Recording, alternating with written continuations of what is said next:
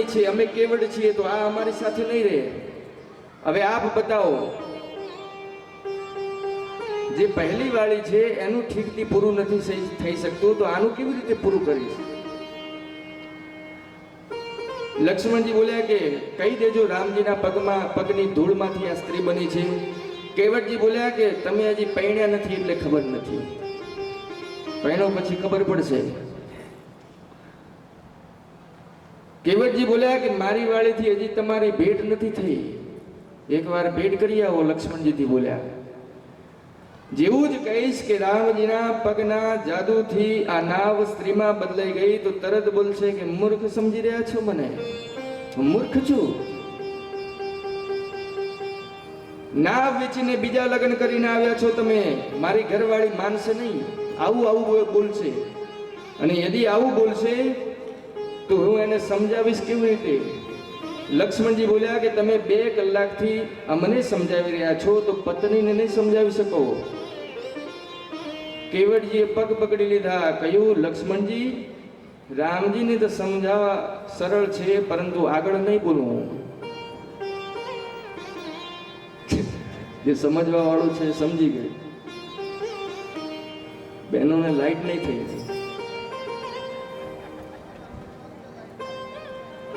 કેવડજી બોલ્યા કેમ ઝંઝટમાં નાખો છો પ્રભુ? बात छोटी सी है, सिर को हिला दीजिए,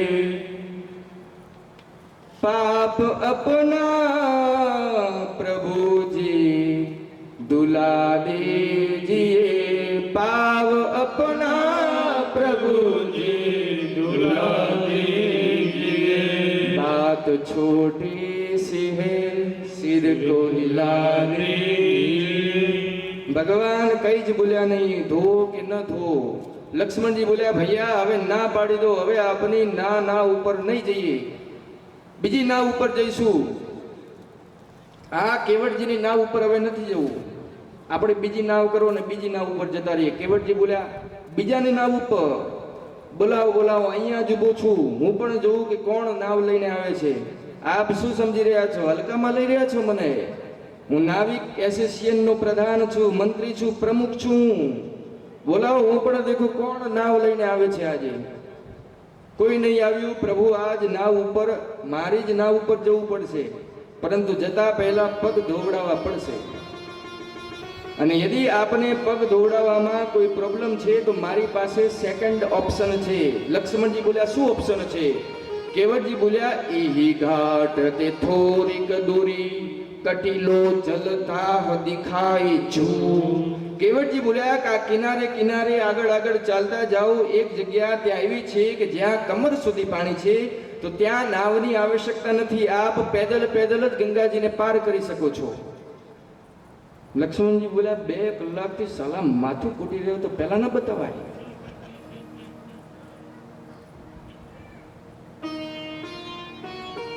લક્ષ્મણજી બોલ્યા ચાલો, નમસ્તે ભૈયા, ચાલો અત્યારે જ ચાલો. કેવડજી આપ રસ્તો બતાવજો મને. કેવડજી બોલ્યા અત્યારે નહીં, અત્યારે હું તમને રસ્તો બતાવવા આવી જઈશ તો મારે ધંધાનો ટાઈમ છે, ગ્રાહક આવશે, ગ્રાહક જતા રહેશે, મારી તો બોલી નહીં થાય હજી સુધી. એટલે કેવડજી બોલ્યા કે રાત સુધી વેઇટિંગ કરો, ત્યારે હું આવીશ તમારી સાથે. તો લક્ષ્મણજી બોલ્યા અરે સાલા, બાણ નીકાળીને મારી દઈશ હમણાં. રામજી બોલ્યા શાંત.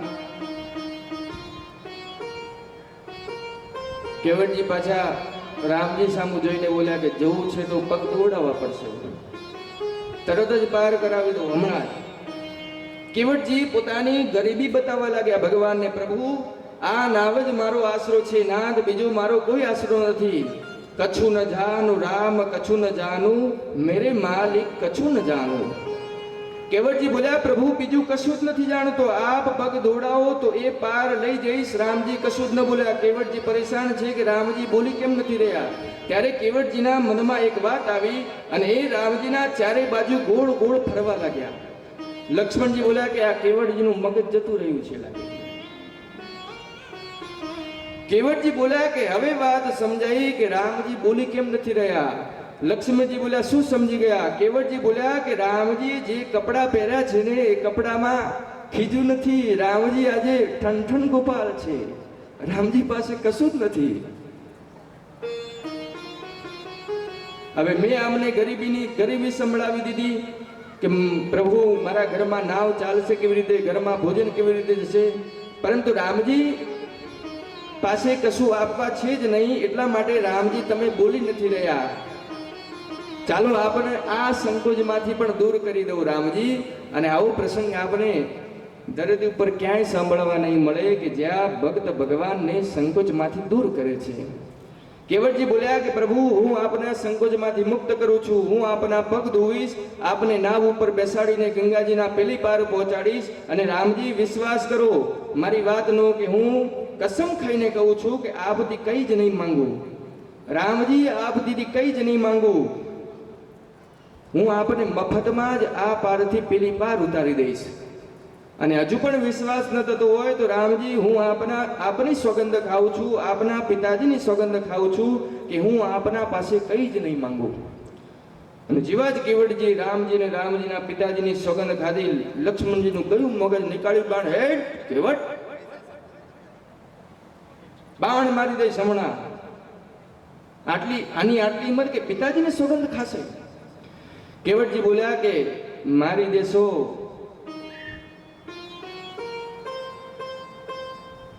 એક ભાઈ હાથ ફેલાવીને નાવ માંગી રહ્યા છે અને બીજો ભાઈ ધનુષ બાણ લઈને મારવા ઉભો છે. મારો મારો ચલો મારો. લક્ષ્મણજી હું મરવાથી નથી ડરતો, આપ મારી દો બાણ. અને એક વાત યાદ રાખજો કે આપ યદી મને બાણ મારશો તો હું મરીશ નહીં. લક્ષ્મણજી બોલ્યા આ અસલી બાણ છે, નકલી નથી હો. હા અસલી છે. કેવટજી બોલ્યા ભલે અસલી હોય, પરંતુ મેં સાંભળ્યું છે કે મરતા સમયે કેવલ રામજીનું નામ મુખ પર આવી જાય તો એ જીવ મુક્ત થઈ જાય છે. પણ આપ દર્શન કરો, આજે હું મરી જઈ પરંતુ મારા મુખ પર રામ નહીં, મારા સામે તો સાક્ષાત રામ ઊભા છે, તો મારો તો અવશ્ય ઉદ્ધાર જ થઈ જશે. મેં સાંભળ્યું છે કે મર્યા પછી મોઢામાં ગંગાજળ મૂકવું જોઈએ, પરંતુ આપ મારો બાણ મને, કારણ કે બગલમાં ગંગાજી વહી રહ્યા છે, આપ જેવું જ મને બાણ મારશો તો હું ગંગાજળ નહીં પીવું, હું ગંગા નદીમાં ડૂબી કૂદકો મારી દઈશ અને એટલા સુધી પાણી પીશ જ્યાં સુધી હું મરીશ નહીં, ત્યાં સુધી ફૂલ પાણી પીશ. અને બીજી વાત લક્ષ્મણજી કે આપના ભાઈ તો દયાળુ છે, હું મરી જઈશ તો કમસે કમ અંતિમ સંસ્કાર સુધી રામજી અહીંયા જ રહેશે. અને આપ વિચારો ને કે એક બાજુ ગંગાજી છે, એક બાજુ રામજી છે, અને એમના બંનેના વચ્ચે આ કેવટની ચિતા સજાશે. મારાથી સૌભાગ્યશાળી આ સંસારમાં બીજું કોઈ નહીં હોય. જલ્દી બાણ ચલાવો લક્ષ્મણજી, જલ્દી બાણ ચલાવો. લક્ષ્મણજી બોલ્યા રામજી આ ભાઈ સાહેબ તો બહુ જ્ઞાની છે, આમને બાણ નહીં મારું. કેવટજી બોલ્યા પ્રભુ મરી જઈશ પરંતુ જ્યાં સુધી પગ નહીં ધોઉં ત્યાં સુધી નાવ ઉપર ચડવા નહીં દઉં. કેવટજીની આ વાત સાંભળીને રઘુનાથજી હસીને બોલ્યા કેવટજી સુની કેવટ કે બેન પ્રેમ લટપે અટપટે બિહસે કરુણાનેન ચિત્ત હે જાનકી લખન તન. ભગવાન હસ્યા. ભગવાને કેવટજીને કૃપા કરીને આદેશ આપ્યો કે હે કેવટજી કૃપા સિંધુ બોલે મુસુકાઈ સોઈ કરું જીત નાવ ન જાય. કેવટજી આપ એ જ કરો જેનાથી આપની નાવ બચી જાય. આપ મારા પગ ધોવી દો. કેવટજી બોલ્યા આ બધું નહીં ચાલે પ્રભુ, હું મૂર્ખ છું પરંતુ મહામૂર્ખ નથી. આપ ક્લિયર બોલો કે શું કરવાનું છે. લક્ષ્મણજી બોલ્યા ભૈયા એક વાર હવે મને જવા દો. ભગવાન બોલ્યા ના ના હું સમજાવું છું. રામજી હવે અહીંયા સ્પષ્ટ બોલે છે કે કેવટજી બેગિયાનું જલ પાપ પખારું, બેનિયાનું જલ પાપ પખારું, અબ હોત વિલંબ ઉત પીરું, શ્રી રામ જય રામ જય જય રામ શ્રી રામ જય રામ જય જય રામ. ટાઈમ થઈ ગયો છે, પરંતુ આજે કેવડજીનો પ્રસંગ પૂર્ણ કરવાનો છે, તો 10-15 મિનિટ આપ આજ્ઞા કરો તો લઈ લો.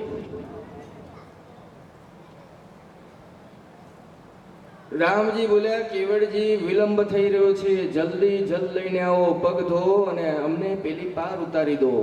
કોને કહ્યું? કોને કહ્યું આ શબ્દ? રામજીએ કેવડજીથી કહ્યું.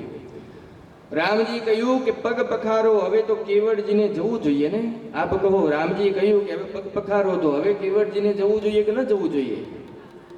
પરંતુ આપને સાંભળીને આશ્ચર્ય થશે કે અત્યાર સુધી કેવડજી કેવલ ઊભા હતા, પરંતુ જેવા જ રામજીએ કહ્યું કે પગ પખારો, તો કેવડજી ત્યાં જ બેસી ગયા. કેવડજી બેઠેલા જોઈને લક્ષ્મણજી બોલ્યા, ભૈયા આ તો બેસી ગયા. રામજી પૂછ્યું કે કેમ બેસી ગયા કેવડજી? લક્ષ્મણજી બોલ્યા કે ઉઠો, પગ ધોવાનું કીધું ને રામજી, પગ ધોવો ચૂપચાપ. કેવડજી બોલ્યા કે રામજીએ પગ ધોવાનું નથી કહ્યું, રામજીએ પગ પખારવાનું કહ્યું છે. લક્ષ્મણજી બોલ્યા ધોવાનું ને પખારવાનું અલગ અલગ છે. કેવડજી બોલ્યા એક જ હોત તો અર્થ હોત તો શબ્દ કેમ બે બે બોલાતા હોત? ધોવાનો મતલબ છે કે પાણી મળે ને પાણી છોડો છૂટા એટલે ધોવાઈ જાય, અને પગ પખારવાનો અર્થ છે ખોળામાં પગ લઈને શાંતિથી પગને પખારીએ. આ પગ પખારવાનો અર્થ છે. અને પગ પખારવાનો અર્થ છે કે પરિવાર સાથે પગને પખારવું જોઈએ. કેવડજી બોલ્યા કે પ્રભુ મારી પત્ની અને છોકરાઓ તો ઘેર છે. લક્ષ્મણજી બોલ્યા, રામજીથી બોલ્યા, ભૈયા આટલો ભારી શબ્દ કેમ બોલ્યા? એમ બોલી દો કે ધોવાના છે તો ધોઈને પટી જાય. હવે આ તો સાલો જ્ઞાની છે, પખારુના કેટલાય અર્થ કાઢ્યા છે, હવે 2 કલાક બીજા બગાડશે. હવે કેવડજી કહી રહ્યા છે કે પ્રભુ હવે આજ્ઞા આપો તો હું મારા પરિવારને બોલાવીને લાવું. લક્ષ્મણજી બોલ્યા ક્યાંય જવાનું નથી, ચૂપચાપ અહીંયા જ બેસો. બોલ્યા ભૈયા ક્યાંય ન મોકલતા, અમને 3 કલાકથી માથું કહી રહ્યા છે, ક્યાંય નથી જવાનું. એકલા કરો જે કરવું, અહીંયા એકલા બેસીને કરો. રામજીને લક્ષ્મણજીનું પણ મન રાખવાનું છે અને કેવડજીનું પણ મન રાખવાનું છે. તો લક્ષ્મણજીથી રામજી બોલ્યા કે ના ના, આ મને ક્યાંય નહીં મોકલવાના. અને આ બાજુ કેવડજી ઉભા હતા, તો રામજી ઈશારો કરીને કહ્યું,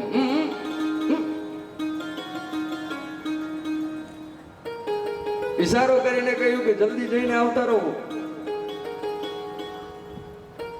અને કેવડજીએ જેવો જ ઈશારો દેખ્યો, કેવડજી પ્રસન્ન થઈને પ્રભુ સુખ પાય કે બોલાઈ બાલક તર નહીં. દોડ્યા ઘરની બાજુ, પત્નીને બોલાવ્યા, છોકરાઓને બોલાવ્યા અને કહ્યું કે નદીના કાંઠે 2 મહાપુરુષ ઉભા છે, એક સાવલા રંગના છે અને એક સફેદ રંગના છે.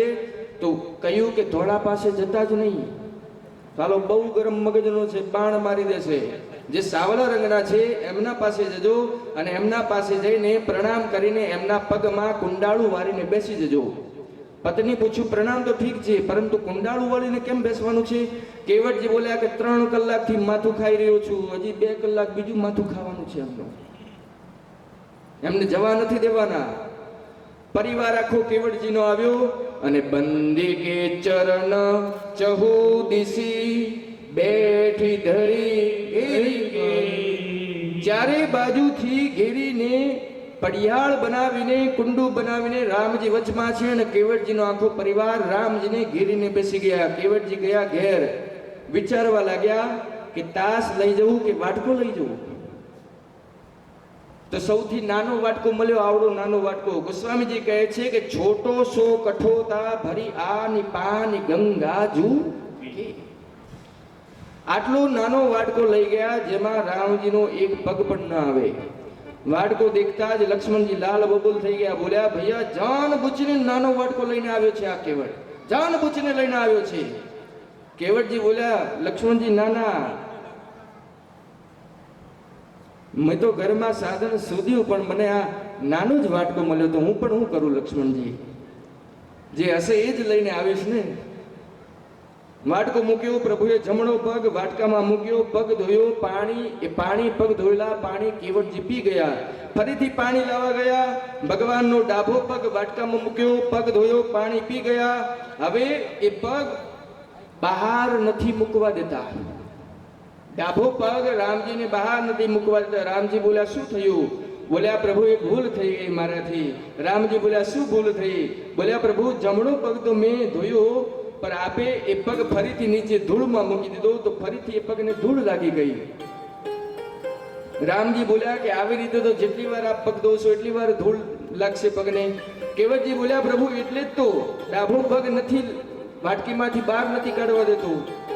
બોલ્યા, પ્રભુ ડાભો પગને આપ મારા જંગાની ઉપર મૂકી દો અને જમણો પગ ફરીથી ધોડાવી લો. એકવાર ફરીથી ધોવો પડશે જમણો પગ. રામજી બોલ્યા કે કઈ વાંધો નહીં, જાઓ જળ લઈને આવો. ત્રીજી વાર જળ લઈને પગ ધોયા અને ત્રણેય વખતનું પાણી કેવટજી પી ગયા. હવે ભગવાન કેવટજીના ગમછા ઉપર ઊભા છે. લક્ષ્મણજી બોલ્યા, થઈ ગયું, ચલો હવે બેસાડો નાવમાં, ફટાફટ ચલો, પેલી પાર ઉતારો. કેવટજી બોલ્યા, મારા છોકરાઓ. લક્ષ્મણજી બોલ્યા, સાલા એક સાથે નથી કરી શકતો તું. કેવટજી બોલ્યા કે મારા છોકરા કઈનું મોઢું દેખીને બેસી રહ્યા છે બચારા, અને જ્યારે હું પાણી પીતો હતો ત્યારે મોઢું ઉલબડાવીને બેસી રહ્યા હતા. પિતાજી તો પાણી પી રહ્યા છે અને અમે બેઠા છીએ એમને. તો એકવાર ફરીથી પ્રભુ પગ ધોવડાવી લો તો એકવાર થોડું પરિવારને પ્રસાદી મળી જશે. રામજી બોલ્યા, ઠીક છે. આ બાજુ લક્ષ્મણજીનું ટેમ્પરેચર હાઈ થવા લાગ્યું, ગુસ્સો વધવા લાગ્યો. ચોથી વાર ગયા, પાણી લાવ્યા, પગ ધોયા અને ભગવાનને સાક્ષી બનાવીને પોતાના પરિવારને કેવટજીએ ચરણામૃતનું પ્રાણ કરાવ્યું અને પૂરા પરિવારનો ઉદ્ધાર કર્યો. અને આપણે સાંભળીને આશ્ચર્ય થશે કે ચરણામૃત લેવાનો નિયમ કેવટજીને જ બનાવ્યો છે. પહેલા જ્યારે લોકો ચરણામૃત લેતા તો ચરણામૃત ઘરમાં લઈ જઈને ઘરમાં છાંટી દેતા, પરંતુ કેવટજીએ જ્યારે ચરણામૃત ભગવાનનું મોઢામાં લીધું એ દિવસથી નિયમ બની ગયો કે ભગવાનનું ચરણામૃત હંમેશા મુખમાં લેવાય. આ પ્રથા ત્યાંથી જ પ્રારંભ થઈ. આખા પરિવારને ચરણામૃત પીવડાવ્યું. લાસ્ટમાં થોડું પાણી વધ્યું તો કેવટજી વિચાર્યું કે હું જ પી લઉં. અને જેવો જ હાથ ઉઠાવ્યો, લક્ષ્મણજી હાથ પકડી લીધો. બોલ્યા, કોઈ સદસ્ય બાકી તો નથી પરિવારમાં? પહેલા જોઈ લે, હવે ફરીથી નહીં ધોવા દઉં. કેવટજી બોલ્યા, ના ના, હવે કોઈ બાકી નથી. લક્ષ્મણજી બોલ્યા, ઠીક છે, હવે પી જા.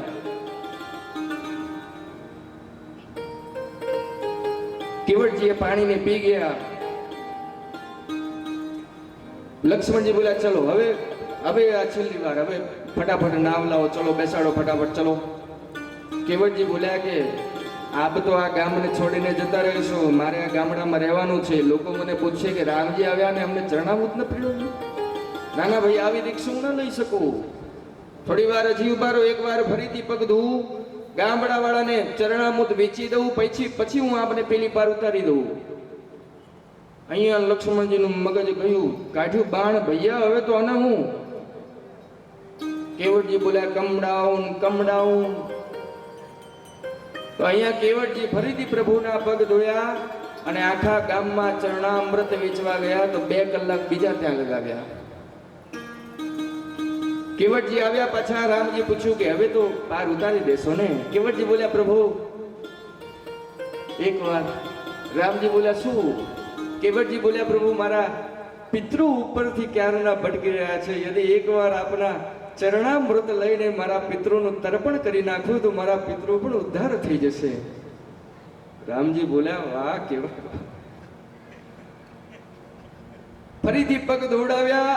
આ વખતે કેવટજીએ ભગવાનના પગ ધોઈને ચરણામૃતથી તર્પણ કરીને પોતાના પિતૃનો ઉદ્ધાર કર્યો છે.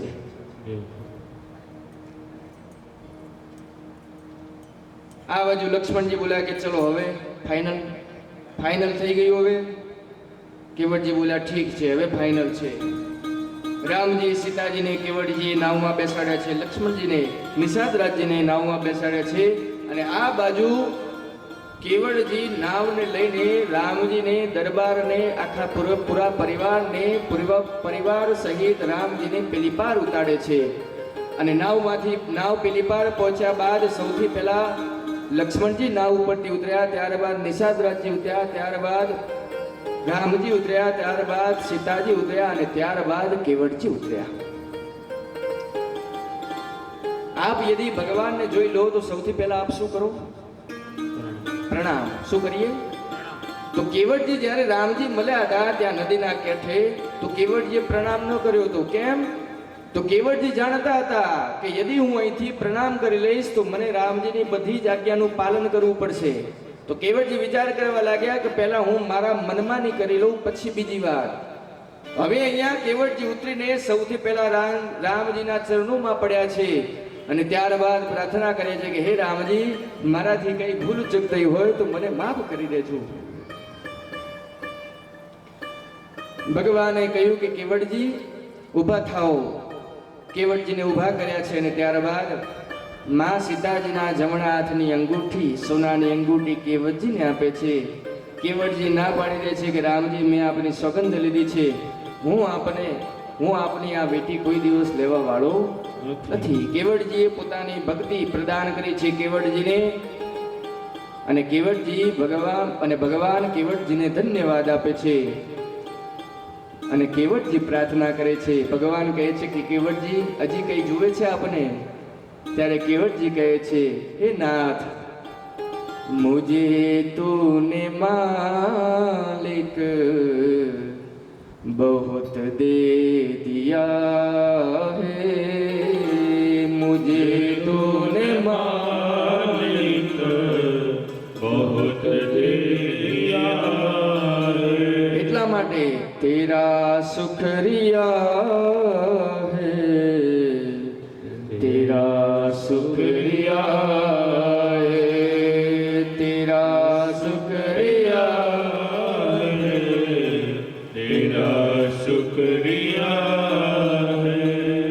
રામજીએ ભક્તિ આપીને કેવળજીને વિદાય કર્યા. કથા કહે છે કે આપણે પણ ભગવાનની સેવા કરીને ભગવાન પાસે કશું જ ન માંગીએ તો ભગવાન પણ ક્યારે ક્યારે પોતાની ભક્તિ આપણને પ્રદાન કરી દે છે.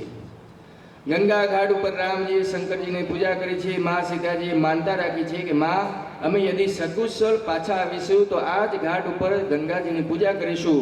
મા ગંગાજી આશીર્વાદ આપ્યો છે. રાત્રે એક વૃક્ષના નીચે વિશ્રામ થયો છે. બીજા દિવસે ભગવાન તીર્થરાજ પ્રયાગમાં શ્રી ભરદ્વાજ મુનિના આશ્રમમાં વિશ્રામ કરે છે. આપણે પણ આ સત્રને વિશ્રામ આપીશું. કાલ ઠીક 8:30 કલાકે આપણે આ કથાના સપ્તમ સત્રમાં ઉપસ્થિત થઈશું. ત્યાં સુધી હરે રામ રામ રામ હરે રામ.